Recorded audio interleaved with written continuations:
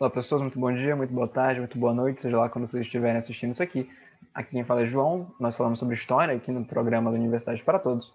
E hoje nós daremos início a uma série, né, cuja temática eu acho bastante interessante, que serão conceitos históricos. Né? Nós falaremos aqui um pouco sobre conceitos, né, sobre algumas palavras, né, em específico que carregam alguns significados que são pertinentes para a nossa análise histórica. Né? É sempre bom lembrar que, né, a linguagem, né, as palavras, elas têm um significado que é histórico e, portanto, varia ao longo do tempo. Então, para hoje, né, vamos falar sobre trabalho. Né? Estamos no mês de trabalho, vamos falar um pouquinho sobre trabalho. Né? O que é trabalho? O que nós entendemos por trabalho hoje, né, e como era entendido o trabalho em outros períodos da história. Vamos trocar uma ideia aqui sobre isso hoje.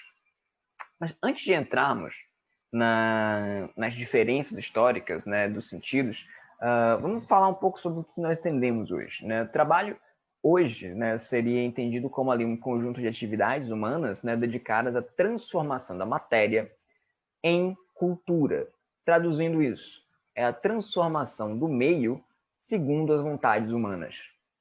Ou seja, é uma noção muito característica da modernidade, né? E particularmente ali da modernidade burguesa, porque ela traz ali uma noção muito marcada de um período histórico no qual o ser humano se colocava como superior ao meio. Ele queria se distanciar desse meio, sentindo-se superior a ele, e a prova disso seria a sua capacidade de transformá-lo. Né? Seria ali uma sujeição, seria uma submissão da natureza às vontades humanas.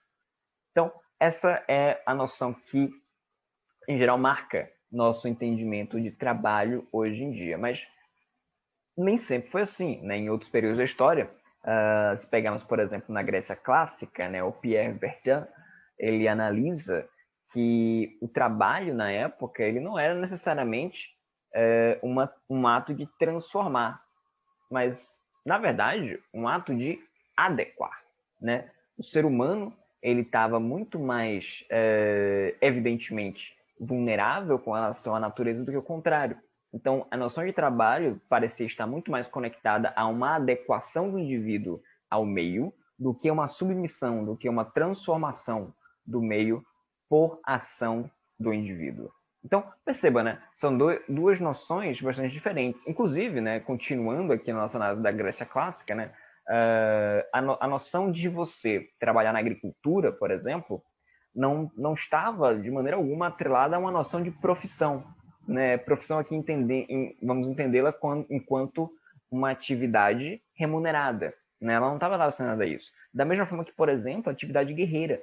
Ela não estava relacionada a isso. Você não era um soldado e ganhava ali um salário, pelo menos não no período da Grécia clássica, ali século VI, século V, século IV antes de Cristo. Né? Posteriormente houve, né? Principalmente depois da profissionalização lá do exército romano e tal. Então, houve esse momento em que o trabalho, certas funções passaram por um processo de profissionalização. Mas no caso do período clássico da Grécia, agricultura, atividade guerreira, não entravam nisso. Né? Por quê? Porque eram atividades entendidas como inerentes da existência do indivíduo em um determinado espaço. Então, a sobrevivência dele e da comunidade dependiam diretamente da produção agrícola. Então, obviamente, o trabalho agrícola ele era determinante da vida. Então, era simplesmente natural que você existisse e trabalhasse para ter o seu próprio alimento a partir da sua terra, né? Caso você tivesse terra. Da mesma forma, se você fosse um cidadão de uma certa comunidade, você também deveria exercer uma atividade guerreira, né? Até porque se entendia que se você nasceu naquele local, a sua função, enquanto existência, defender esse local. Então, trabalho e profissão aqui nem sempre andam juntos, né? Vamos separar as coisas. Uma coisa seria uma coisa, outra coisa seria outra coisa. Então, percebam que, falando da nossa ideia contemporânea, que está muito relacionada ali, né, com o triunfo da burguesia, né, principalmente ali a partir da Revolução Industrial, né, que aí, de fato, é um momento que nós consolidamos uma ideia de que o ser humano tem ali a primazia, tem ali o controle dos meios naturais, né? Inclusive, nós vemos algumas consequências desse tipo de pensamento hoje em dia, né? Afinal de contas, vivemos hoje em dia enclausurados em função da pandemia da Covid-19 e podemos sim atrelar a pandemia atual a um certo desrespeito aos ritmos e aos processos da natureza, né? Não podemos dissociar a potencialidade que o avançar do ser humano em meio a ambientes naturais desconhecidos e de maneira desinformada, né, de maneira acrítica, de maneira despreocupada, a processos como esses que vivemos hoje em dia. Então, existem consequências para esse tipo de pensamento que dissocia o ser humano dos meios naturais. Então, historicamente, já identificamos aqui essa grande diferença. Podemos pensar também em distâncias geográficas, sem necessariamente fazermos uma distância temporal. Porque, por exemplo, o Brasil, se pegarmos o sentido, principalmente o sentido afetivo, que no Brasil se dá ao trabalho, temos uma diferença muito grande se compararmos ao sentido afetivo que um japonês dá, por exemplo. Né? Então, se fizermos aqui uma reflexão, né?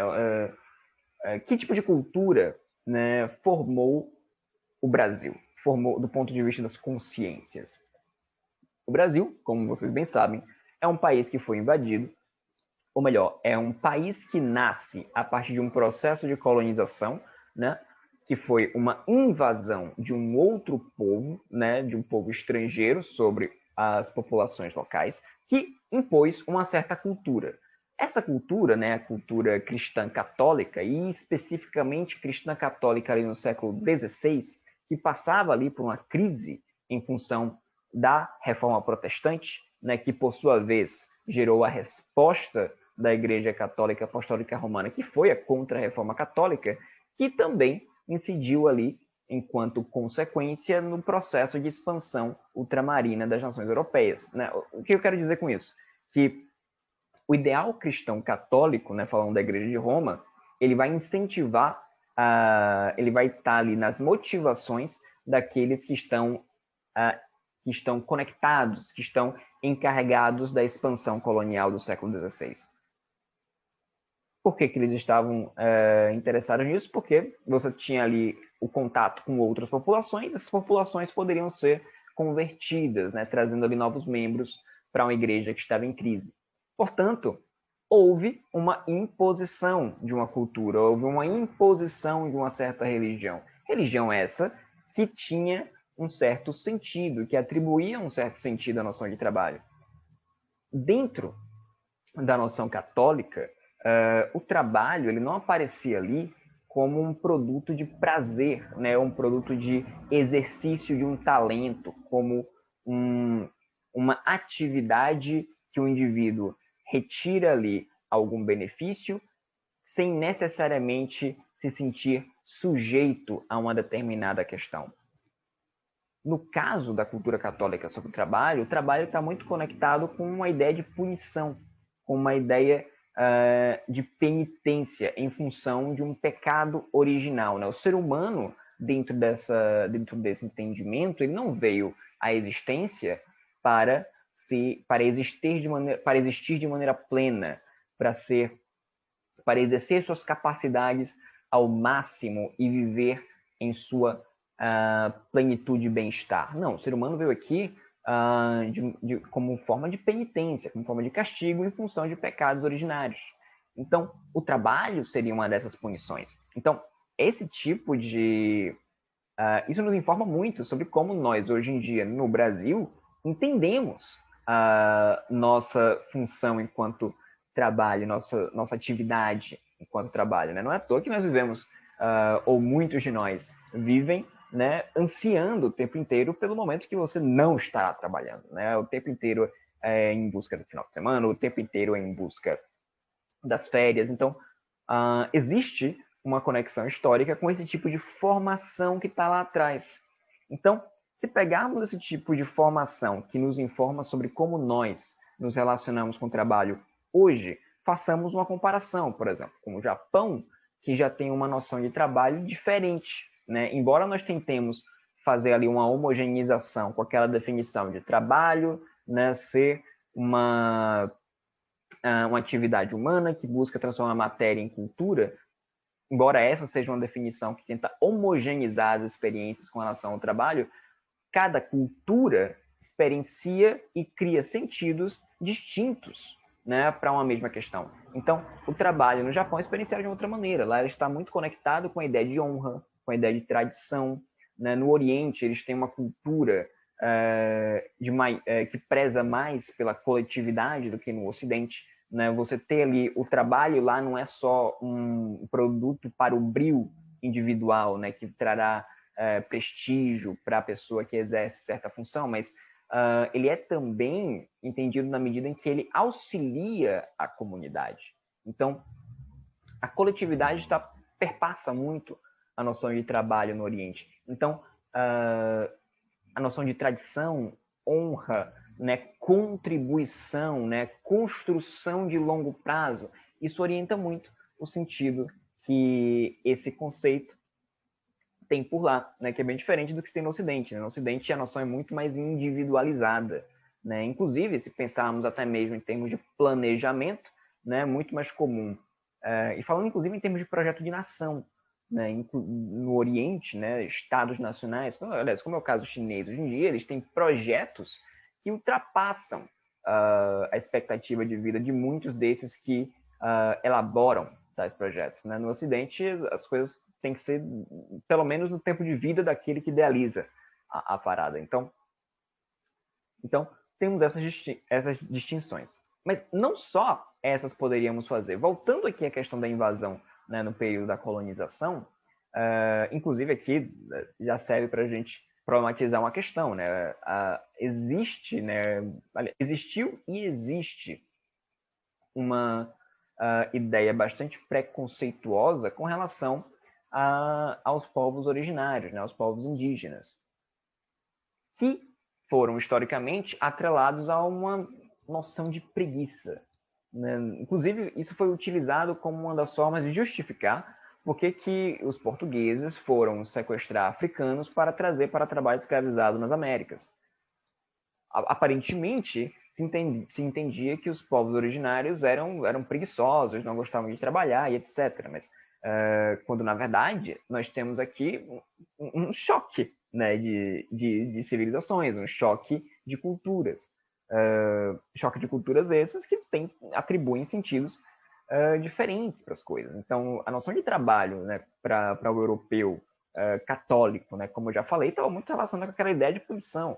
Né, e também estava também muito relacionado com a ideia de aumento de riqueza e etc. Então, no caso das comunidades originárias do Brasil, a noção de trabalho era outra, né? Ela não era de forma alguma desvalorizada, mas ela também não era vista como algo que deveria ser super valorizado. Ou seja, na medida em que houvesse um equilíbrio entre a existência da comunidade e o meio na qual elas estavam, no meio da qual ela estava, não havia motivo para você incrementar ou trabalhar mais, né? Se você vive bem naquela condição, né? Você tem ali a garantia da reprodução da comunidade, não há por que você ficar querendo exagerar, né?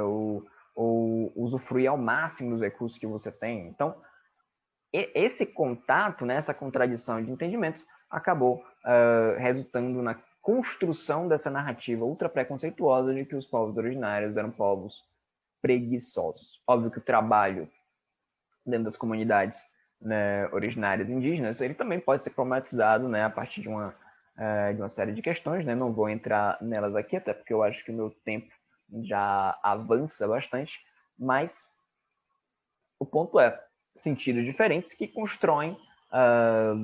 Veja, né? Falamos aqui do período da colonização. Quanto tempo tem isso? E nós ainda vemos certos tipos de argumentos que reafirmam essa ideia bastante preconceituosa. Então, um dos motivos que eu acho que eu escolhi também falar sobre esse tipo de conceito é fazer, ou no mínimo propor, uma desconstrução desses tipos de preconceito. E aí, para darmos aqui um encaminhamento final, também ressalto que por muito tempo se entendia trabalho apenas enquanto, e aí, né, se pensarmos aquela distinção que na antiguidade se tinha entre atividade profissional e trabalho, né, sendo que um não necessariamente equivalia ao outro, no caso do mundo contemporâneo, o trabalho ele passou a ser muito marcado pelo seu significado em utilidade e principalmente em potencial lucrativo, né? O trabalho ele circula em meio ao mercado e isso diferencia um pouco os sentidos. E sendo ele mediado pelo mercado, ele acabou se relacionando diretamente com a ideia de atividade profissional. Então, o que eu quero dizer com isso? Que, por muito tempo, trabalho ficou muito relacionado à ideia de atividade remunerada. Então, por exemplo, alguém que, né, atuasse apenas em trabalho doméstico e no trabalho doméstico de sua própria residência, não era entendido como alguém que era trabalhador ou trabalhadora, porque não exercia, não era ali uma atividade remunerada ou não era uma atividade não remunerada para outro. Era um trabalho, né? Ou seja, era uma atividade, mas que era de cunho pessoal, então acabava não entrando no nosso entendimento de trabalho, algo que vem mudando, principalmente em função de estudos sociológicos mais recentes, né, que problematizam um pouco desse não entendimento do trabalho doméstico, né, e aí principalmente colocando aqui a questão feminina, né, que a partir do momento em que adentram com força o mercado de trabalho formal, assumem uma dupla jornada, que é a jornada do trabalho profissional, da atividade fora de casa, e, quando chegam em casa, tende ainda a lidar com as funções de trabalho doméstico. Então, outro motivo pelos quais eu acho que é interessante a gente falar sobre a construção histórica dessas ideias, desses conceitos, é de problematizarmos também alguns entendimentos contemporâneos que temos sobre esses conceitos, ou seja, os significados, ou melhor, que tipo de características nós atribuímos a esse conceito. Não estaria na hora de mudarmos como definimos isso? Não estaríamos na hora de colocarmos novas características ou retirar algumas? Questões a serem problematizadas. Por esse vídeo é isso. Até um próximo encontro.